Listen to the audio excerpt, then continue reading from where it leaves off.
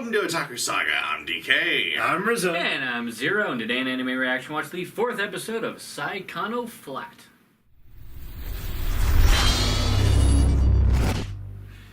If you want to check out our reaction to the 4th episode of Saenai Flat, hit that link in the description below. And be sure to give us feedback in the comment section, because we'd love hearing from you. And as always, if you like what you see, subscribe to Otaku Saga, and don't forget to like and share our videos. And thanks for watching. So, this week on the Utaha show, It is not Saenai Flat this time. Nope. It is Saenai Plot. this is the Utaha show. Holy shit. Crap. So, when it opened up, I was expecting like some big drama, scene after how the last episode ended. Yeah, because you see everything from Kata's point of view. She cracks the puzzle, basically, about Utaha's hidden metaphor in her script, and rushes to school to probably find Utaha and Mr. Ethical on the roof.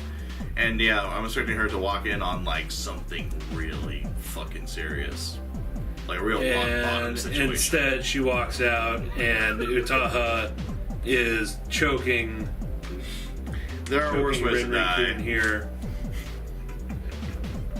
Oh my god. The tension. Kato is just like, nope. Nope, Fuck this shit up. I didn't see a thing. I don't know what you're talking about. I seem to be interrupting something. Excuse me. I see he chose poorly. Yes. But yeah, I totally was not expecting such a comic resolution to that cliffhanger. Because that plot twist was fucking nasty. It just hit me like a ton of bricks last week, and I'm expecting, like real story altering shit. We don't get that. We get this really funny situation and Kata just leaves. Classic Saikano. Well, I mean, it was story-altering shit. Yeah, that's Because after talking over with Utaha, Mr. Ethical tells her this is written like a novel, not like a game. true. Indeed. Yeah. It's a good story. It's a bad game. Yeah. Great story. Yeah, it's a crappy game. Yeah, the bit in the maid cafe was hilarious. I gotta say, very, very nice Zettai Ryogi there. Come on now. Right? That's great. That's great. I'm not sure exactly what the last point was, but when Utaha finally just snaps, just Up in the maid cafe and they just start arguing? Or... No. right there at the end. Oh, Right there at the end where she starts crying and Just she's just catatonic. like, staring off into the distance. Ooh. Complete catatonic from the emotionless girl of the series. From the emotionless, venom-tongued... Yeah. Yeah. I just want to hug her. Yeah. Damn. Oh my god. Yeah. People must be wondering what the hell is going on at that table. No people shit. can hear the whole fucking conversation. They're certainly not quiet about it. That is true, but they're probably just shocked. Like, what the Oh. I like when the maids keep on running up to talk to them and then they bang the table. And another maid comes up. Bam! Absolutely adorable. Oh Those my two. god. This entire episode is Full of classic Saikano goodness. Escalated quickly. Escalated in a completely different direction. yeah. Indeed. I loved Mr. Ethical was just like frantically like, oh my god, Utaha, Utaha, no. Ah! It's Naturally, he takes her back to his place. Not like that, you sick fucks. Yeah, sure. Yes. I don't know. Our 'Cause boy I here. think that the next scene, I think that it was the next scene where Utaha is asleep in his bed Well, yes. and he is going over. This is Mr. Ethical we're talking about. Yeah, I know. He's still 100% shooting for the harem ending. All three of these girls, like, I'm not a big fan of Team Justice. Like, I'm just not, to be honest. But Eri is. I also kind of like This how... whole cast.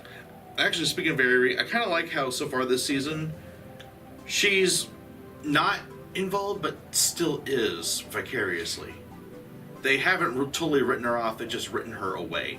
And that it was very well done. You could really fuck that up and have people forget about her character really quick if you kind of like remove them from the main action for a bit. So very well done to the writers on that. And also, yes, though, that scene with Kato just playing with her hair and all. Holy Yeah. crap. So nonchalant, so in character. But yeah, basically, Tomoya tells Utaha that the script needs to be rewritten or revised, really. And if she's not going to revise the script, then he'll revise her script for her. Well, Which is basically what happens, because she does go back with him to his place, but she ends up going to sleep and he writes the whole script or he revises the script. reinterprets it, really. But then Tomoya falls asleep, and Utaha wakes up and starts creeping toward his desk, which has me all excited. And then she grabs the big pen and starts revising his work because, well, she is an experienced author. Peer editing is definitely like a big part of her life. Yeah. And boy, when Tomoya wakes up, does she let him have it? It's awesome. I mean, It's not awesome. necessarily. Because, I mean, she does tell him that there was less red marks on his script than she got on her first script when she won the newcomer award. So at least there's that. Yeah. Still amateurish, first effort on his script, and it needs a lot of editing. So let's begin. Pretty much. And from here we get a nice like calm progression of how Mr. Ethical and Utaha are actually going to like pass through the rest of the rest of the work. I was getting there. Holy crap. You were saying something? I was actually distracted by just recalling the showers with the bath scene. Oh my god. And then, oh my god. And then, oh my god. I really like the part where they're talking about the two routes with the two characters, and Tomoya, I guess, corrects Utaha on her way of thinking. Like a novelist and not like a game developer. Damn, A1. Yes, they are, but your boobs are down here. But yeah, basically, hey, it's a visual novel. We can't have multiple routes. There can be completely different directions for this game. It's part of the charm, really. So Yeah. Utaha, give us more routes. Like that's Well, yeah, what he wanted a third route, and I was actually kind of hoping that there'd be an Eriri character put in there, but Aww. it is not. It is not as such. Basically, they're basically what they do for the third route is a harem ending. yeah. Art imitating life, so the saying goes. Because the routes go, Rory gets no happiness, but everybody else is happy. And then the other route was Rory gets a little bit of happiness, and everybody else is kind of meh. I think that's how it went. Yeah, basically in I forget what they call the main girl. Meguri and Ruri. Yeah, Meguri. In Meguri's route, Meguri gets happiness, and everybody else. She returns to present time, reunited with Oni-chan. They meet at the hill. Happy end. In Ruri's route, she ends up being lost in time, basically. Ouch. Even though they get a kind of bittersweet ending. And Tomoya wants a harem ending where everyone's happy. Which, as Utaha put it, that doesn't happen in real life. Nobody's happy. You want that kind of ending? Write it yourself. Which he does. Which he does. Poorly, but he does. Yeah, this seems mass-produced and amateurish. Oh. Honest critique, he's an amateur writer, and he would go off what he knows, which is other visual novels. So he's bound to use tropes and cliches at the yin-yang. I'm convinced that Tomoya doesn't have a penis. I am too. Because of all the fucking opportunities. Come on, man. If he had one, Uta would have been... That whole harem would have been railed by the end of episode 0 of the first season. Right? Goddamn. I mean, not to sound incredibly crude, but a teacher I had in high school once said this. 17-year-old boys are concerned with two things. Getting lucky and getting lucky. Tomoya. Switchy! Nice. But yeah, and then the part at the very end when they're at the finale to the school festival, you know, you get the classic folk dance. And a little bonfire and all and that. the little bonfire, and Tomoya had to help set up the bonfire, so he ends up getting caught in the circle of dancers. Yeah, so he's surrounded by normies, and oh, bro, I totally know that feeling. In the middle of the combat zone, man. In the shit. But Utaha gets a brilliant idea. She sends our girl Kato down to dance with him. During that part, Megami and Utaha meet on the roof, and Megami's finally able to you know, tell Utaha, or I guess kind of confront her about her metaphor. Well, you know, just say, hey, this character from your popular series is totally the same as Rory from our game, right? And yeah, she just up and tells her that it's based on. Yeah, it's based on. Well, she says somebody that she knows, but yeah, let's all be honest here. Yeah, we know. A socially awkward writer. Yeah, you know, the clues are pretty obvious. Yeah, totally obvious. But then, so Megami goes down to. Goes down to Tomoya. Yeah, goes down to Tomoya. But not really as herself. You know, she becomes Ruri. Yeah, I assume she put on a wig. Meguri. Yeah, Meguri's the main heroine. Yeah, I assume she put on a wig because her hair was longer. And she goes down and dances with Tomoya. And I gotta say, the twirl she does to go into Tomoya's arms was fucking amazing. I love that shot. That shot is awesome. amazing, and it's becoming a new background shortly. But damn, that's A1 showing off. I do want to say something about the whole dance scene. It wasn't as well animated as I thought it would be. Okay. Considering all the other things that we got animated this episode, it was nice, but it just wasn't as crisp as I guess you could say the dancing didn't hold a candle to the embers. Yeah. Unfortunately. Okay, I can agree with you there.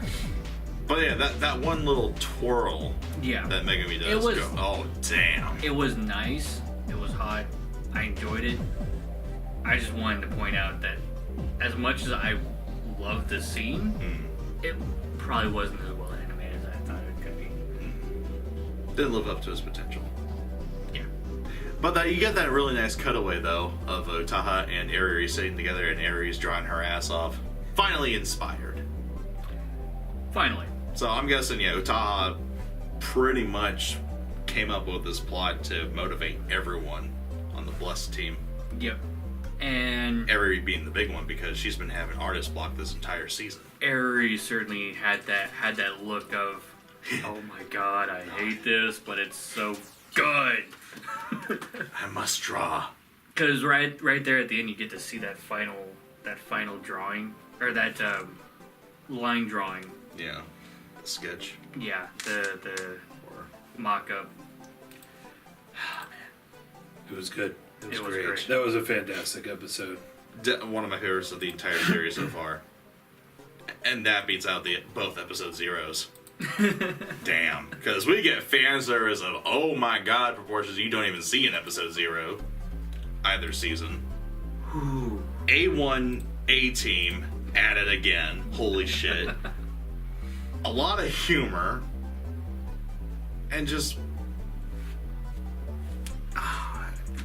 And I guess the road to recovery from this spell of artist block that's played Blessed. Yeah. And that's really going to set things up for the rest of the story. So you get that sense of fulfillment. That ease of tension. Humor and plot and plot and plot. Plot and humor all around. Inmates. And maids with great ass Saenai Heroine. That's a bonus. Damn. Those point of views. And lots of thighs. I fucking love Saikano. I am going to miss this series when it's gone. They Damn. do a really, really good job in this series of the trope male gaze. Because Indeed. good God, some of those shots. And they all when I say point of view, I mentioned it in the reaction. There was this one moment where you're looking at the ground from Utaha's point of view. I think it was when they were sitting in the train station and... After he roasted her script. Yeah, well, it was after he said that the script needed to be revised. Actually, it was after the little debacle in the main cafe. Yeah. That was kind of a zinger. He said, "This isn't the game I wanted to make." Yeah. And That's what he said. Ouch. And you get to see this point of view from Utaha looking down at the floor, down at her legs. Phrasing Utaha. No, she knows exactly how she phrased that. I know. Never change, honey. Never change. She's a writer. She knows her phrasing. She is the master of the innuendo, the double innuendo. entendre. But that scene, I'm not sure.